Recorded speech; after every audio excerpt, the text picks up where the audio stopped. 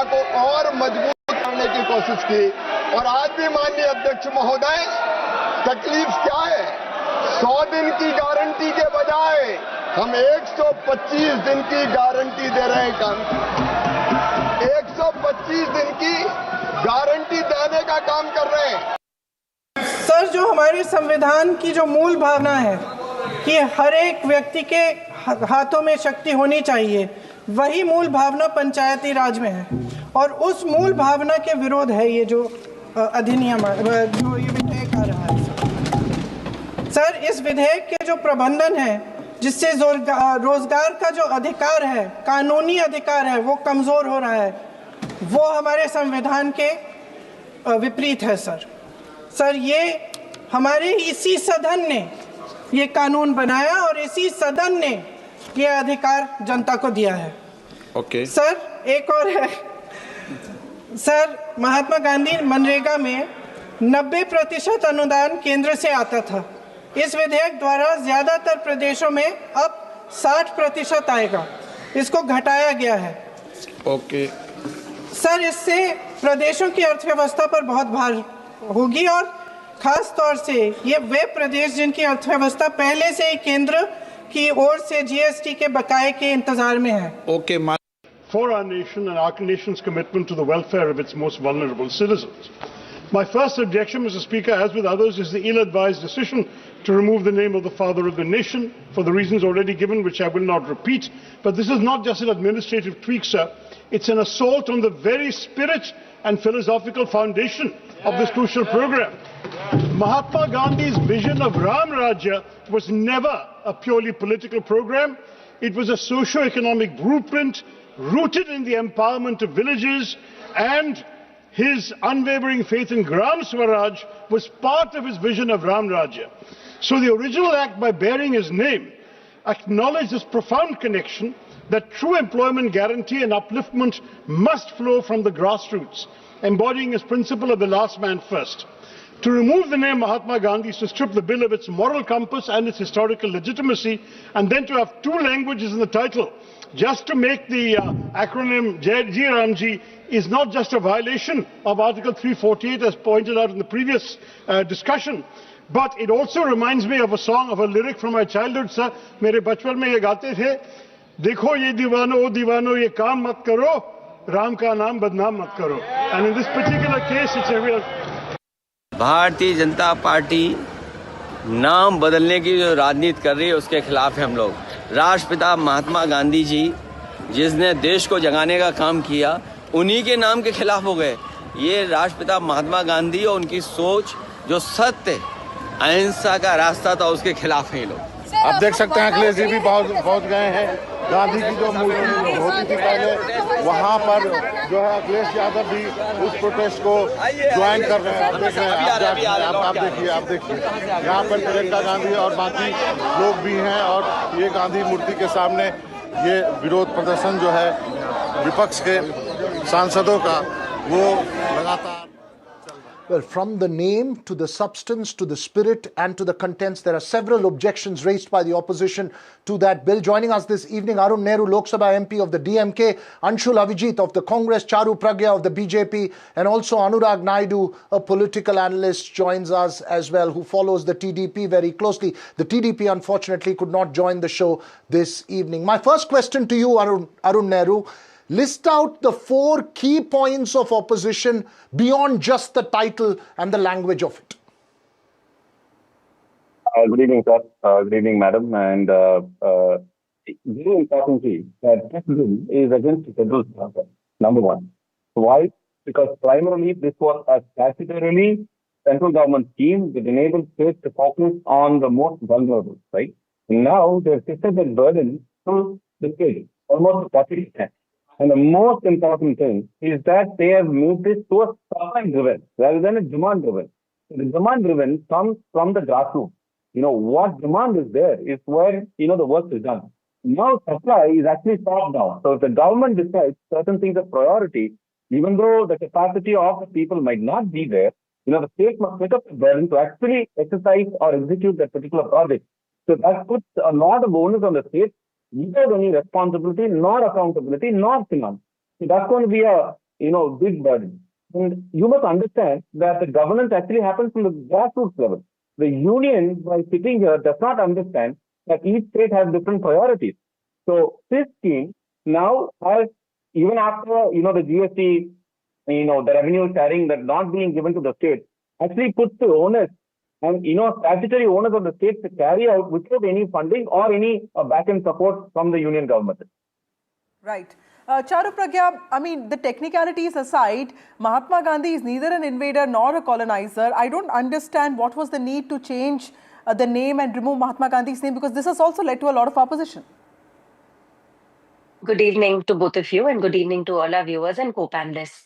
See, this is not a naming debate, Vasudha. This is a debate on governance. This is a debate on upgrading a scheme, a policy which has existed for 20 plus years. When MGNREGA was born in 2005, it was a different India it was made for. Today, in 2025, India has considerably changed. But before I get into the details, do you know MGNREGA was originally only NREGA? It was only NREGA. Mahatma Gandhi was also added later as an afterthought by the UPA. But what we are focusing on is the fact that India has considerably changed. Rural poverty 20 years ago was over 25%. Today, it is down to just around 4%. These things have to be kept in mind while you're upgrading a scheme, while you're ensuring and making sure that it's technologically sound. It is focusing on durable infrastructure. I'm sorry, my... Okay, sorry. Can I start again? Yeah. Am I audible at least? Am I audible at least? We could hear you. Sorry. Please go. Yeah. Yes, you go ahead, Charu Pragya. And as you set your camera, let me just quote to you I've done that. Section 4.5 of the bill states that the central government shall determine the state-wise normative allocation for each financial year based on objective parameters as may be prescribed by the central government. The argument is that it replaces the guarantee that the MGNREGA scheme gives. Respond to that as well as you were going on. Absolutely. No, on the contrary, it increases the guarantee that MGNREGA was giving initially. I'll tell you how. One, you're sharing the cost. The onus has to be on both the state and the center. You cannot just put everything on the head of the state and then there is siphoning off of funds. Why is the opposition not talking about all those issues which have been plugged now? If there are going to be e-payments, 99.9% of e-payments will also ensure that money reaches the correct bank account. Aadhaar-based verification is there. It is now going to be GPS monitored. We are focusing on long-term development of India, getting to Viksit Bharat. So it cannot be random groundwork anymore. And this is what I'm trying to say. Okay, Anshul Laviji, the fact that these changes have been made, many of which are also tech-centric, will only strengthen the outcomes. What would your response be? No, I mean, my honorable counterpart from the BJP, Charu, is absolutely right. A lot has changed in the last 20 years. Your GDP has completely sunk. Your household savings are the lowest ever. Your per capita GDP is among the worst in the world. The disparity between the rich and poor has completely increased back to the days of colonialism. So much for mirroring colonialism, which the BJP does. Listen, one has no problem with strengthening a bill that exists. But then here you've changed the complete character. It's not the same bill anymore. And by the way, even if you talk about strengthening the wage payments, the Aadhaar-based wage system that exists, why wasn't it strengthened in the last 11 years? There were delays in payment. There was always the budgetary allocation of MGNREGA was always lower than what was expected. It was never increased. The Prime Minister himself mocked it in Parliament. The only time MGNREGA came into focus by them was during COVID, when they thought, oh my God, thank God there's a scheme like this, which came was actually deployed at an hour of crisis. They have done whatever they could to contort the scheme. The scheme is no longer what it was when we envisaged it in 2005, when the economy was strong and the effects of 1901 reform was beginning to take shape, when real wages were higher and the GDP was going to be more than 8%. Now it's completely sunk. I understand the need for a compensatory state. God knows money has to be given to the people.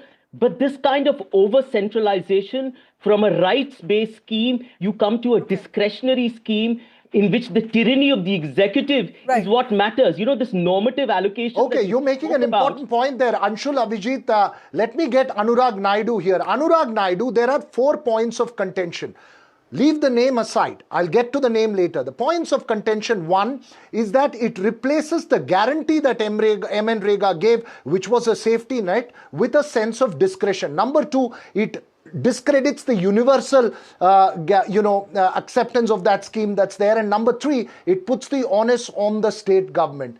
Surely states would be concerned about what's been considered a landmark safety net in our rural society. Yeah, thank you for having me on the show, Veera. And also thanks that you have not asked me a question on the name, because I don't want to give due importance to the name change. But having said that, you made 3 important points. And Veera, we need to understand why this is called as Viksit Bharat. You know, this is talking about the new Aaj Ka Bharat. The Manrega, what we had, was more of a freebie, if you ask me. You know, and if you really know the situation, when I go on the ground, when I interact with the villagers, काम है MNREGA is 100 दिन की guarantee जाओ कुछ भी करो गड्ढा खोदो या whatever you do. These are not the assets which are going to stay forever. These are not where you are skilling your employee, your workforce. You are giving them more of a freebie. It was a political war cry. It helped you. You had a plan where you expected people, by and large, from the village community, from the rural background, to vote for you. That was it. Now we need a Bharat. If you have to compete with the likes of China and other developed economies, you need to skill your workers, and they need to be certain amount of threshold where people or the workers also needs to reach in terms of their skilling, so that they start contributing. And it's also for their larger good. Because once the schemes, let's say, they finish and somebody... Anurag Naidu, you're making a very important point, but I was speaking to somebody in the TDP, a lot of even JDU people are concerned about the financial burden it will put on states. Yes. And rightly so. Let me ask this to Arun Nehru. Arun Nehru, the fact that both Charu and Anurag have pointed to the good things in the bill, including tech-centric interventions, and the fact that, you know, the peak season has been put off hold, which means that there'll be more laborers that will be available for farming work. What does that mean? Is there nothing good about the bill? Clearly, there could be some thought into that, isn't it?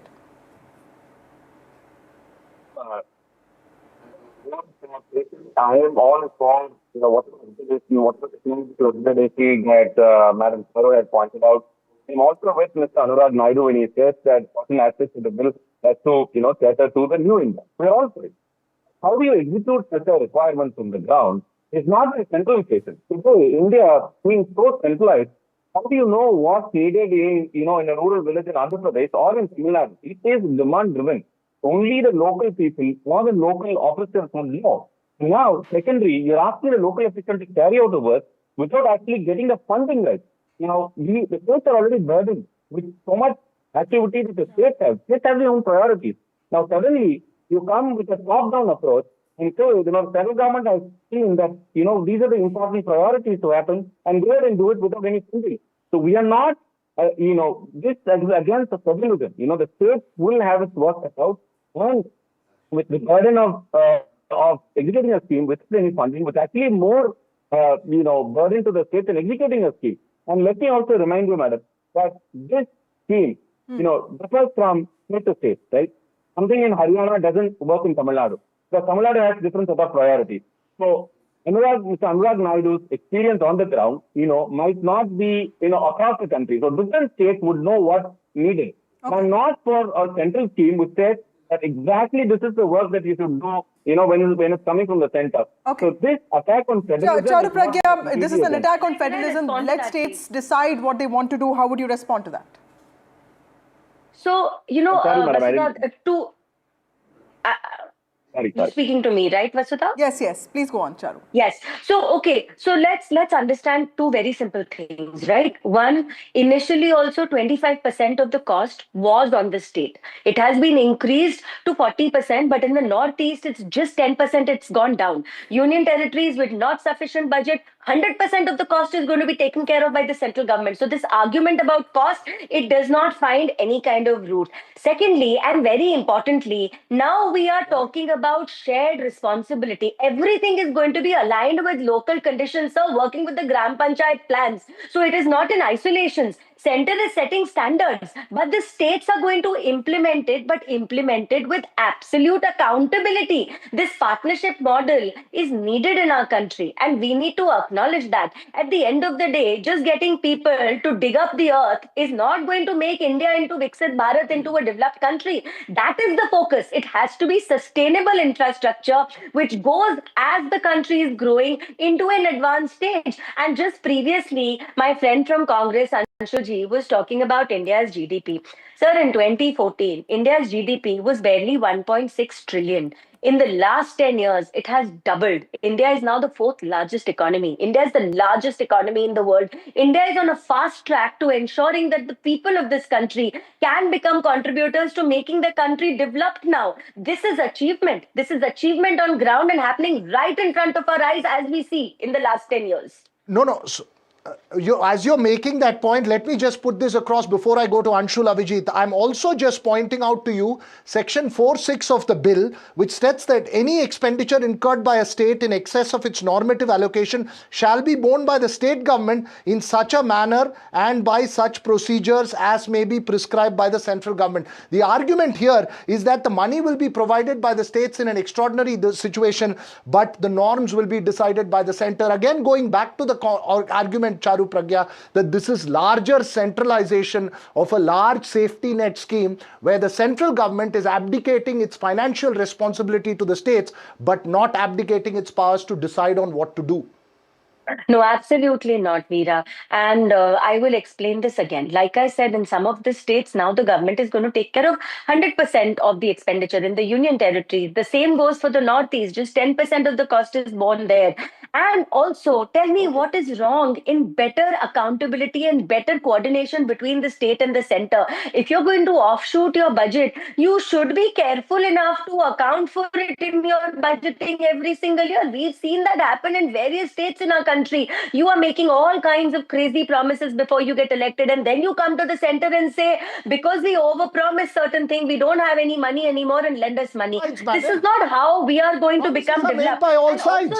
Also see, one more very important thing. Here, you are working in alignment with Gram Panchayats. Are you trying to tell me the Gram Panchayats are not aligned with local needs? Are you trying to tell me the development that a village needs or a tier 3 or a tier 4 city needs is not aligned with what is happening locally? The center is not working in isolation ever. And when we are talking about fraud detection, when we are talking about social audits, when we are talking about Anshul Avijit, respond to that. 60-day break, that 60-day break for farmers, it goes a really long way, and this is not counted in your 125. That's an important point. Anshul Avijit, a lot of experts also believe that there are some schemes like the Fasal Bima Yojana which have not been able to perform to their to expected levels because the states have not been able to roll out timely payments. What do you expect will happen in MGNREGA, given that this also might lead to efficient coordination between states and center, as Charu is talking about?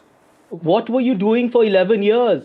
In 11 years, not enough job cards were given. There were untimely payments and delayed payments. You didn't have budgetary allocations. You had 11 years to fix it. Now you suddenly come up with a scheme which is completely different. I mean, you've changed the name, but you've changed the scheme as well. This was the largest job guarantee scheme in the world. And as Veera, you rightly, and Vasudha, you rightly pointed out, this was a scheme that ensured livelihood security, social welfare, and I dare say social justice as well. Now it's at the mercy and of the center of the executive, which the tyranny of which is unbound. It has become boundless now. They want to control every single scheme. You are absolutely right in pointing out that they share the money. The monetary value of the scheme is shared by both the center and the state, but they have no power to decide. The states have no power to decide what can be done with that money.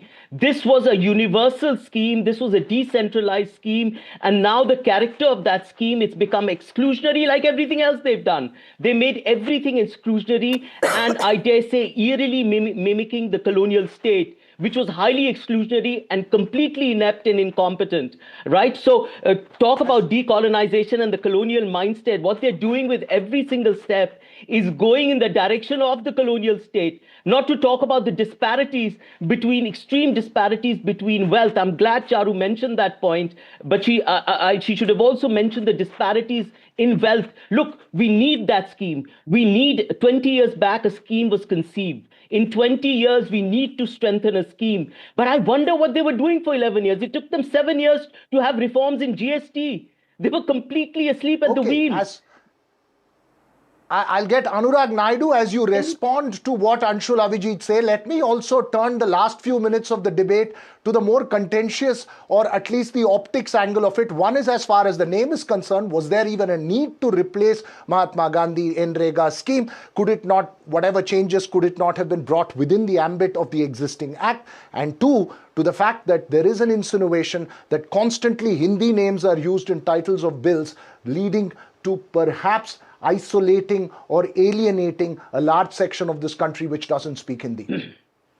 Yeah, I think, Veera, if you ask me honestly, I see it as a totally different scheme. I don't want to relate. And that's the reason I don't want to relate it to something where you directly give a cash handout. So increasing the budget of MGNREGA doesn't solve anything. You have to see I don't understand why you guys are not able to see the core reasoning behind it. The majority of so let's say any big projects, whether any infrastructure development, India is going to put for a huge infrastructure development, east, west, north, south. The state governments in this federal structure that we live in, center gives money to the state. Now this scheme, BB Ramji, is a project-based scheme. That means the vendors who are executing this project for the national infrastructure or the state infrastructure would go out, partner with the state governments, pick up the people who can work with them, skill them up, and give them some meaningful jobs. And that is how they can contribute to the national building. What did you do with 20, 30 years? Anshul gave a big political speech, but your achievements are zero when it comes to how many people can be employed by L&T. Naming of the schemes which the DMK has a problem with. Yeah. How many of you can employ them? Mr. Nehru, Charu, I'll just come to you. Arun Nehru, what is the DMK's problem with these schemes being named in Hindi or Sanskrit? What is the basic law of the land? Which is given us. Okay, we'll try fixing Mr. Nehru's connection in just a bit. Charu Pragya, DMK and a lot of other parties have been saying that why should the names be in Hindi or in Sanskrit? But can I... How would you respond to that? Yes. So, Vasudha, first I want to touch upon what Anshul was saying about this job guarantee.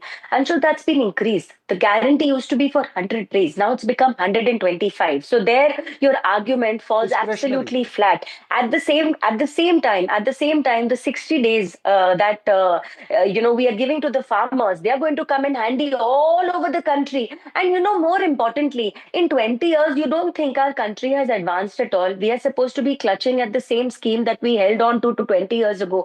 Today, if we are upgrading it, if we are making it better, if we are giving 125 days, that's potential to earn 25% more money. And all this money will be earned while you're contributing to making your country's infrastructure durable, the last 30 seconds we have. Anshul, respond to what Charu Pragya is saying. An upgrade was needed. You're saying not this upgrade. No, Charu is absolutely right. Every scheme needs to be reconceived and strengthened. But here, if you're giving 125 days, it's no longer a job guarantee when it's decided by the center who gets, first of all, the money is being allocated and who gets to do how much. It's not a universal scheme anymore. It's an exclusionary, selective scheme. It's no longer a rights-based scheme. It was a demand-based scheme. Why now do you it's need a supply-based scheme? Because now the center decides, and there's a budgetary limit also to the scheme, right? So the government has very limited time left. Anshul, I'll have to go to your ally to give him the last word. Go ahead, Nehru. Sir, let me just clear this. Along with Charu, Madam, and she says that there must be accountability in all that. Let's also be very clear that this entire scheme is run by the center. So the entire digital platform that's been tracking, that's been analyzing, that's been giving the work is central government. And also, since they rule most of the states, so whatever errors that was made, I think Charu, Madam, must also answer for all of the states also where they're ruling. So for my state where I'm ruling, the problem is this. Now, certain parameters, which is actually on the supply side, is decided on the central government. So this 125 days is going to be unequally spread. It's not going to be spread equally across all the states. So if there are certain segments where the union government wants to focus, and if there's only in certain areas that they will give work for, so there will not be any 120 days equally between all the states. And the last point that I want to make is when we said Viksit Bharat, right, it starts from the roots. You can't fly a plane without an airport, right? So all of these rural people, they don't have a background in technology. They don't know how to launch rockets. let's be very clear, okay? They have a pick and axe which they can actually build for. So let's not demean the work that they have already done or doing or what they don't know. So what we're trying to do is pull up the bottom of the people with what they know. Let's be very frank about it. What they know is to work on the ground and work on, areas where you can actually build infrastructure in the rural areas. But the BJP's argument is that they want to take them from where they are to where we are now in terms of the Viksit Bharat dream. So there are multiple arguments that's been played out, Nehru. But thanks very much for all four of you for joining us. This debate will play out, Vasudha, very intensely in Parliament in the coming days, and you'll keep focus of it. Absolutely. There's been a whip that has been issued to both sides. So it is going to be, all present Parliament. And yes, policy making also has to represent changes of new realities. But in a major boost to the Congress and blow to the Enforcement Directorate, a Delhi court today, Veera, refused to take cognizance of the ED's money laundering charges against Sonia and Rahul Gandhi in the National Herald case. Now, the Congress has called the court's decision one that exposed illegal actions of the central government and its agencies to target the Congress leadership. Well, refusing to take cognizance of the ED's money laundering charge against Rahul Gandhi, Sonia Gandhi and 5 others, the court noted, Vasudha, that the charge sheet filed is based on a probe into a complaint by a private person and not on an FIR of a predicate offence. Its cognizance is impossible in law, according to the judge. The National Herald case has been at the center of a huge political tussle, and the Enforcement Directorate had investigated several Congress leaders, including Karnataka Chief Minister D.K. Shivkumar. Listen into the reactions. Ma'am national Herald में जो बड़ी राहत मिली है ma'am, ED के chargesheet में संज्ञान लेने से मना कर दिया। राहत नहीं है, वो न्याय है जी, समझे आप? Yes ma'am. मैम क्या कहेंगे? सत्य की जीत हुई मैम, प्रियंका जी। मैम सत्य की जीत हुई, आप क्या कहेंगे? देश ऐसा है कि अंत में सत्य की जीत होती ही है इस देश में। कोई बड़ी राहत नहीं है, ये कोई राहत नहीं है। अभी एक छोटा सा ऑर्डर आया है, जब तक कोर्ट ईडी के द्वारा सारे मटेरियल जो कलेक्ट किए गए हैं, जो कोर्ट के सामने प्रोड्यूस किए गए हैं, वो सारा मटेरियल कोर्ट एग्जामिन नहीं करती है और एक फाइनल डिसीजन नहीं लेती है, तब तक किसी को खुश होने की बात नहीं है। अभी टेम्पररी तौर पर अभी फिलहाल कोर्ट ने कोई आदेश करने से मना किया है। इसका ये मतलब नहीं है कि जितने मटेरियल कलेक्ट किए गए हैं, जो भी ईडी ने एक्सरसाइज किए हैं, वो सब बेकार हो गया। कोर्ट एग्जामिन करके फाइनल निर्णय इसमें लेगी।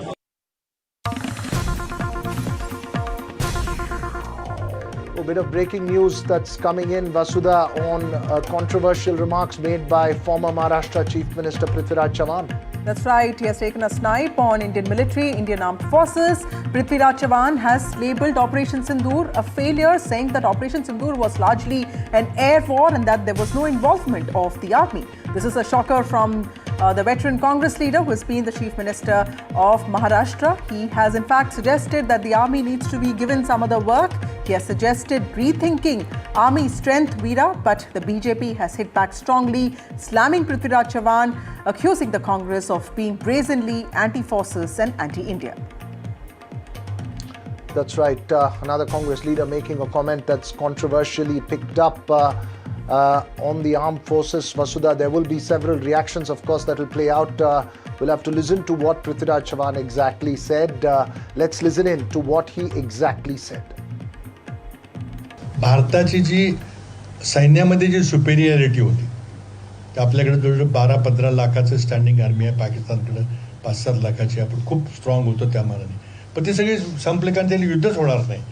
त्यामुळे तुमच्याकडे 12 लाख सैन्य आहे का 25 लाख सैन्य आहे का 1 कोटी सैन्याला काय अर्थ राहिला नाही, कारण युद्धच होणार नाही, कोणी करूनच देणार नाही तुम्हाला. ते आता आपण ऑपरेशन सिंदूरमध्ये पाहिलं की मिलिटरीची 1 किलोमीटर सुद्धा कुठं हालचाल झाली नाही. ते 2-3 दिवस झालं, ते फक्त हवाई युद्ध झालं, मिसाईल युद्ध झालं. आता पुढची युद्ध तशीच होणार आहेत. मग आपल्याला 12 लाख आर्मी ठेवायची काय गरज आहे का? सेना का अपमान is Congress's only पहचान. The manner in which Prithviraj Chavan, who is the close aide of Rahul Gandhi and Sonia Gandhi, has once again insulted the armed forces. He says that during Operation Sindoor, we lost on the first day. He also says that our Air Force suffered heavy casualties. And then he goes on to add that during aerial wars, now the armed forces is not required. So why do we even keep a 12 lakh army? We should make some other work out of these soldiers. We should use them for some other work. this is the mindset of the Congress party. They always undermine the manobal of our forces. From Sadak Ka Gunda to saying that Kargil Vijay Divas should not be celebrated because it is a BJP war. This is the same Prithviraj Chavan who questioned Operation Mahadev. This is the same Congress party which questioned Operation Sindoor and called it failure. They called it Chutput. They even questioned surgical strike, Balakot airstrike. And during their tenure, they never allowed the armed forces to take any action on Pakistan. In fact, 26/11, they gave Pakistan a clean sheet, and they also said that most favored nation status should be given to Pakistan. Now they are undermining Operation Sindoor. Congress की एक ही पहचान करो सेना के मनोबल पर चोट और सेना का अपमान. This is the true face of the Congress. From surgical strike, from Balakot airstrike, from Operation Sindoor to Operation Mahadev, they undermine the armed forces always. The debate there, Veera, playing out on predictable lines with a shocker from a Congress leader and the BJP predictably accusing the Congress of being anti-forces. That's right. We'll have to take a very short break, Vasudha. When we come back, much more on the Southern View.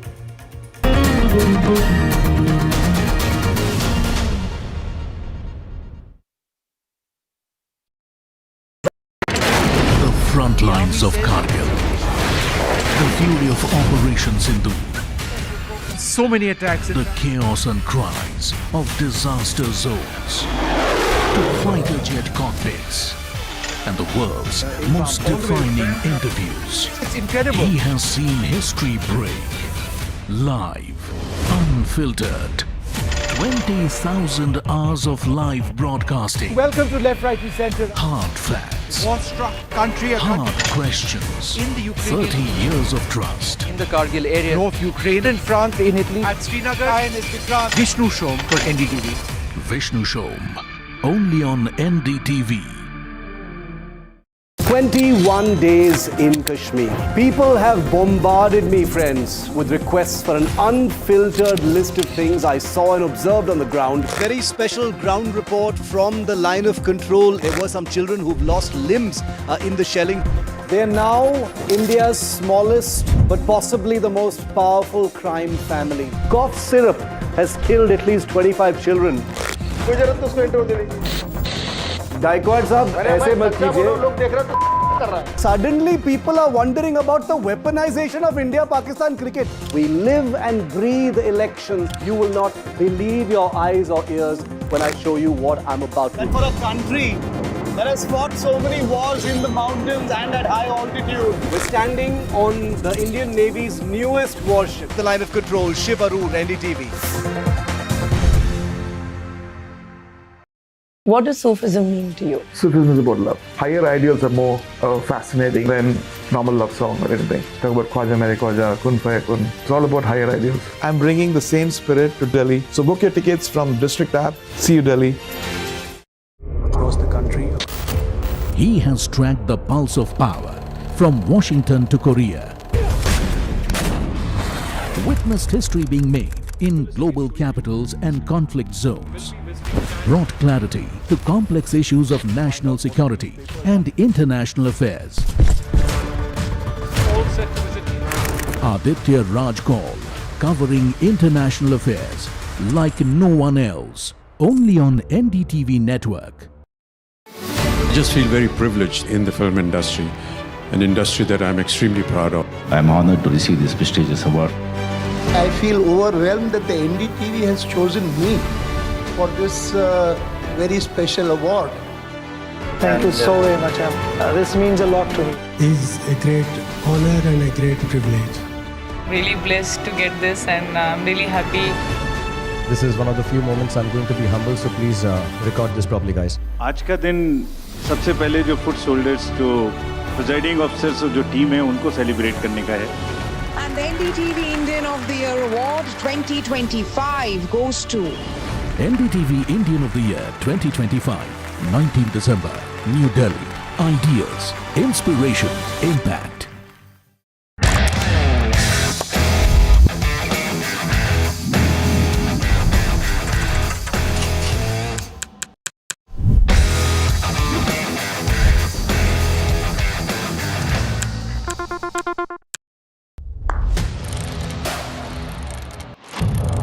What seems settled for me is unfinished business.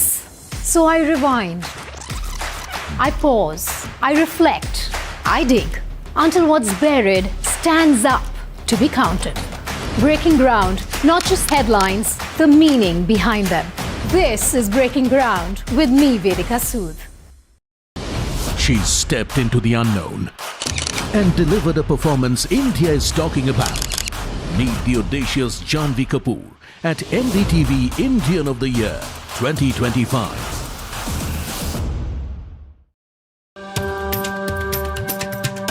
Namaste, India. As you all know, I've been traveling around the world with my music. But this one is truly special.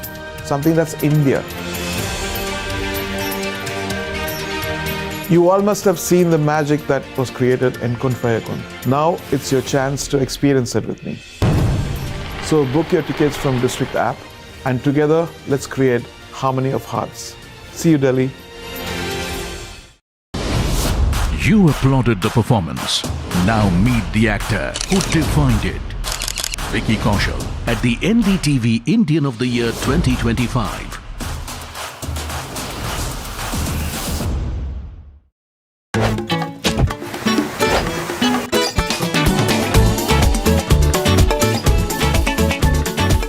Watch Rahul and me on his great show, Walk the Talk. Coming soon, only on NDTV.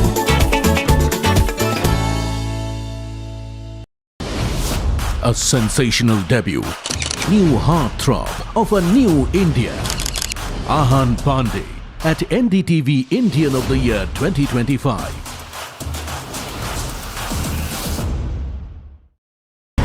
I don't sugarcoat.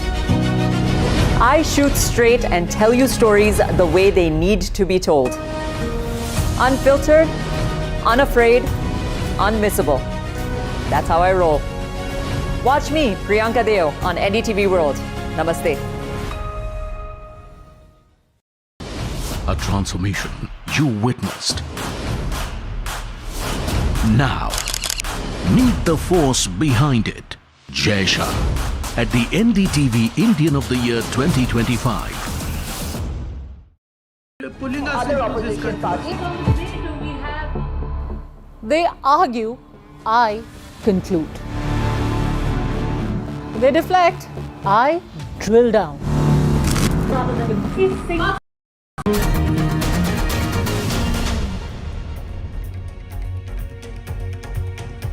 Welcome back. Delhi is once again gasping for breath, and once again the response sounds similar. As air quality slips into the severe zone, schools have been shut, children have been pushed back to online classes, and the city has been told to adjust. A Delhi minister has apologized to residents, adding that it is impossible for any government to fix pollution in 10 months. A statement that may be honest, but also lowers the bar in many ways. After all, Delhi has not had 10 months to prepare, but years. The smog, like the script, returns every winter right on schedule.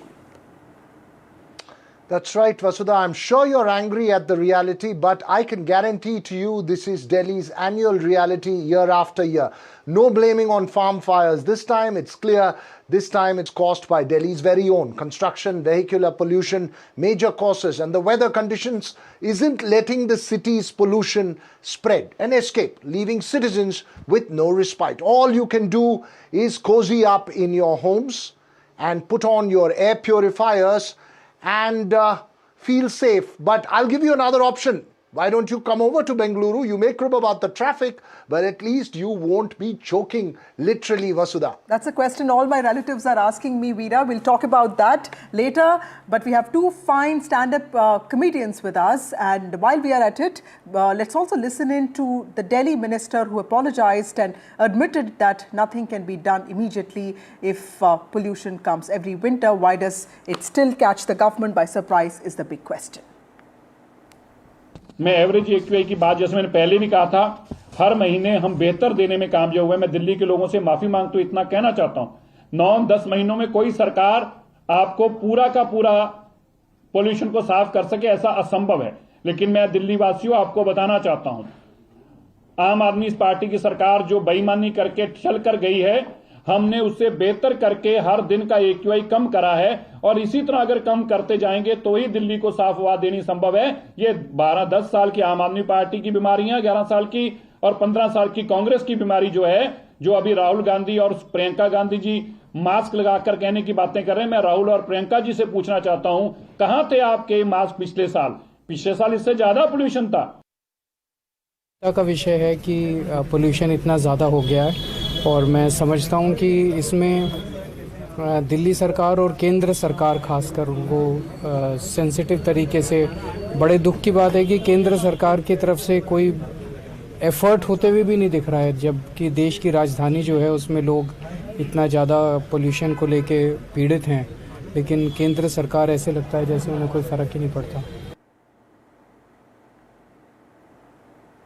Well, joining us now is Neeti Palta, who's a stand-up comic. We also have Radhika Vaz joining us. Thank you both of you for being part of this broadcast.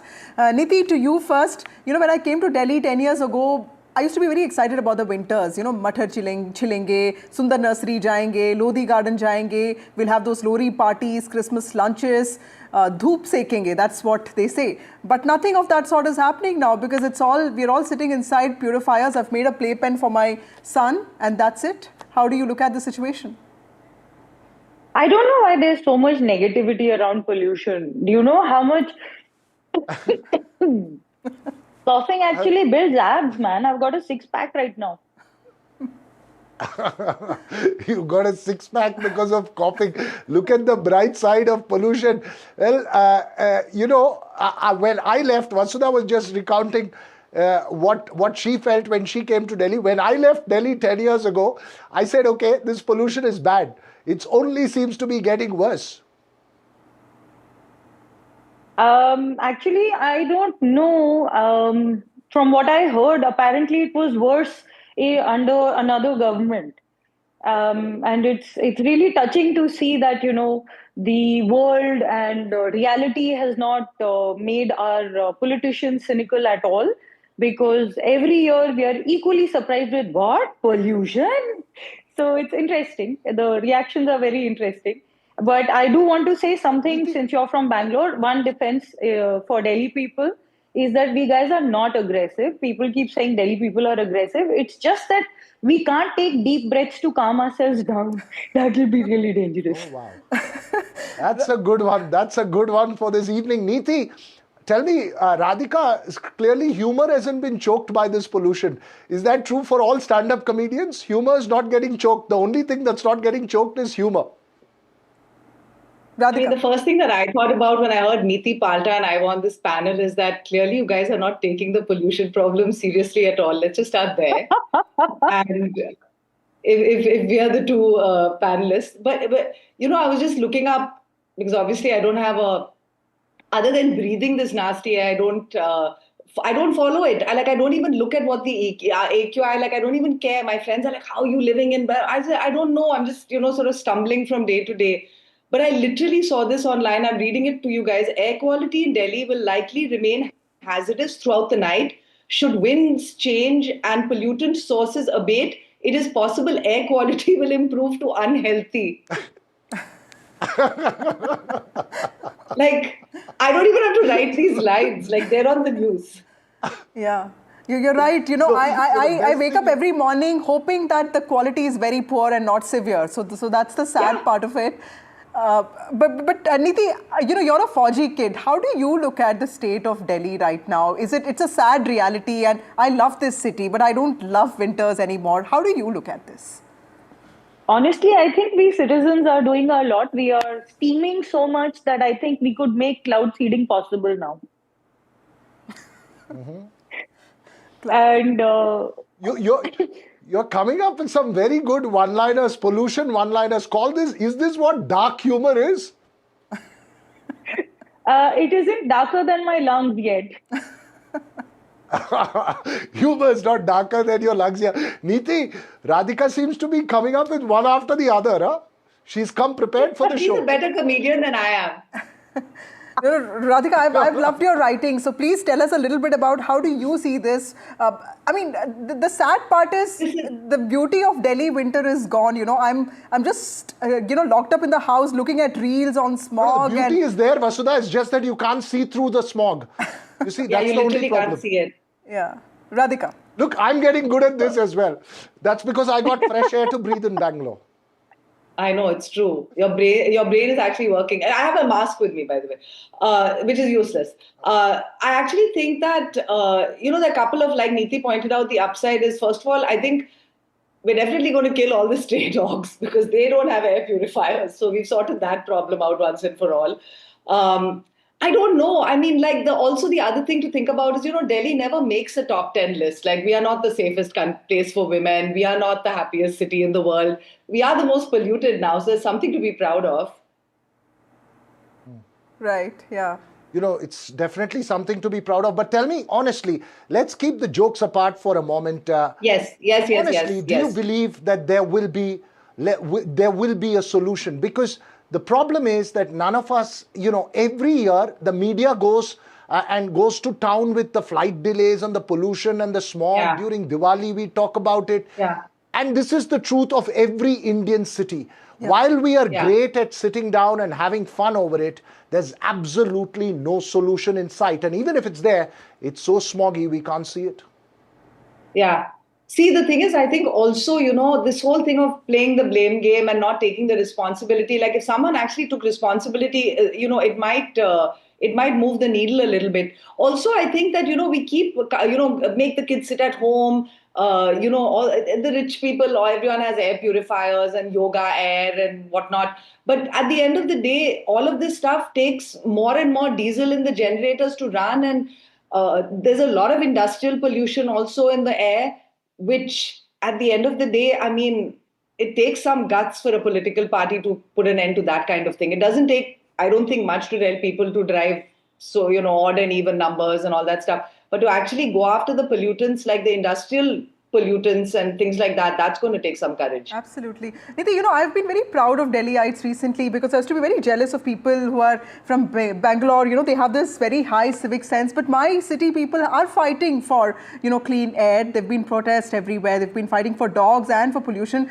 Neeti, when you see a minister who holds an official post, he's also the Minister for Industry and Environment, apologizing to people, what is your response? How does that, what does that make you feel?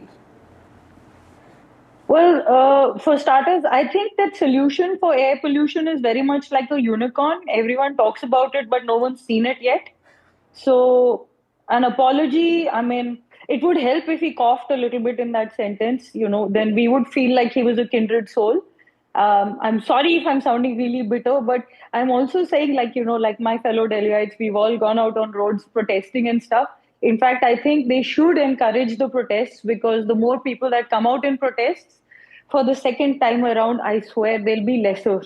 There'll be much fewer of us coming out on the roads because most of us would have just, I don't know. Let's just say I'm more prepared than the government because I have worked on my will now because clearly nothing else seems to be working out.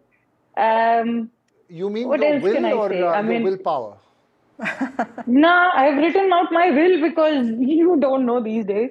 I'm just grateful that GRAP 4 is in action right now because since construction is banned, I'm sure so is demolition. So hopefully there will be no bulldozers outside my house for speaking my heart out today. All right, interesting that you say that. Let me ask you, we just have 1 minute left. Go ahead, Radhika. No, I was just going to say it's such an odd conflict of interest, right? That the same minister would hold the portfolio for environment and industry. That's like your husband being your best friend. Like, he can't be your best friend. He's your natural enemy. Like, you can't tell him about him. He can't be your best friend. Like, these two things cannot be with the same minister. I know, maybe that's a thought for the Delhi government, but very, very briefly to the two of you, do stand-up comedians organize shows during this time, or do they say, no, we are going to be sitting behind air purifiers in our homes in Delhi? We are very much out there doing shows because we are trying to get people indoors as much as possible. I'd say it was public service. So, Janta, if you're listening, buy tickets, come for shows, laugh because what else are you going to do? Radhika, what about you? You've been, you've been writing a lot, but are you also out there performing? Yeah, I am out there performing, but now it's December, so I'm taking a little break. And I haven't been performing so much in Delhi and Gurgaon recently, but I'm performing. But I'm actually going to Bangalore soon, so Veer, I'll see you there because I feel like I need to get out of this air, man. You don't need a mask here. You can come breathe clean air, but you may not get to your venue because you'll be stuck in traffic. That's a different story altogether. But thanks very much to the two of you for joining us here. Vasudha, I know you will have to go back out of the studio and breathe that polluted air again. It is a serious issue. Absolutely. We'll all keep coughing and laughing bitterly at the same old excuses. It's time for a short break. More news and updates on the other side.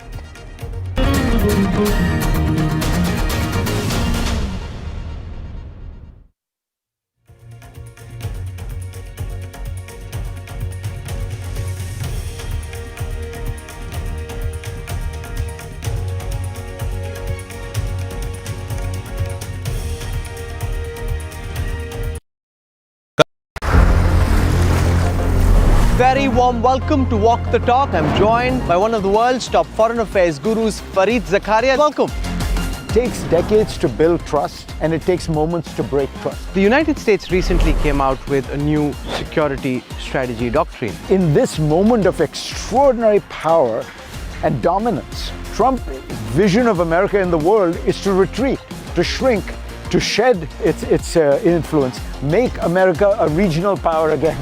For 80 years, it's been a global power. We want to be a regional power.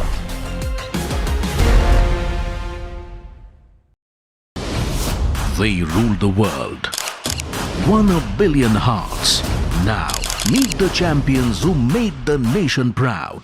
The Indian women's cricket team at the NDTV Indian of the Year. The front lines of Kargil. The fury of Operation Sindhu.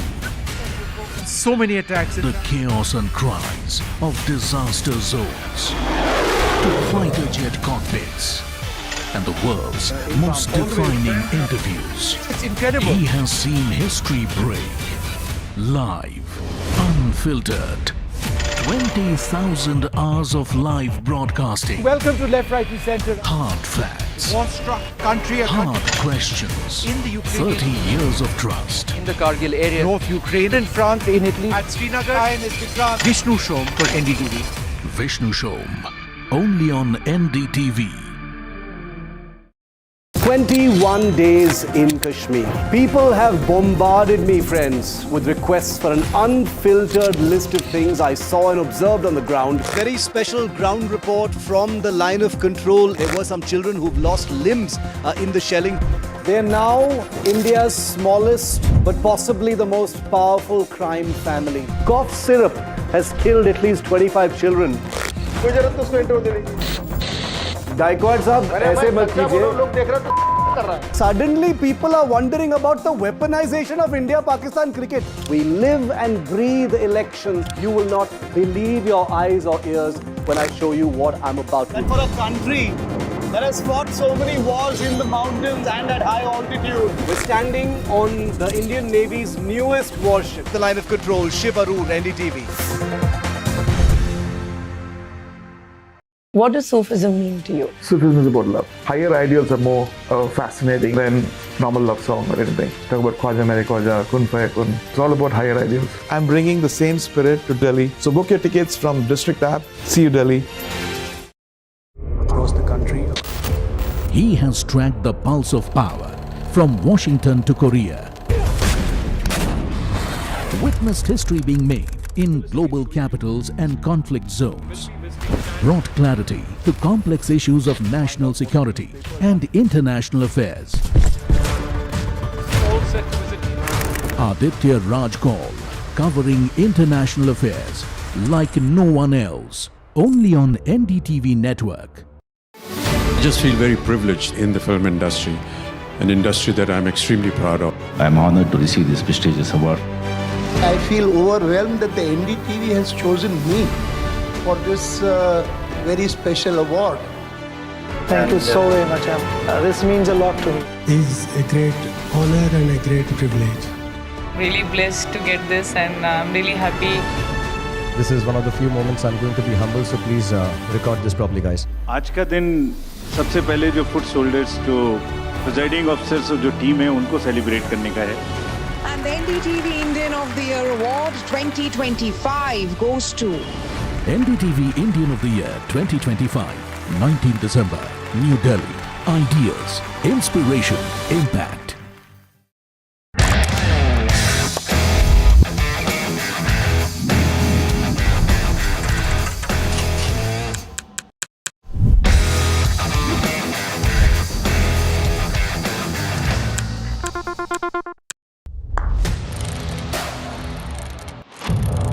What seems settled for me is unfinished business. So I rewind, I pause, I reflect, I dig until what's buried stands up to be counted. Breaking ground, not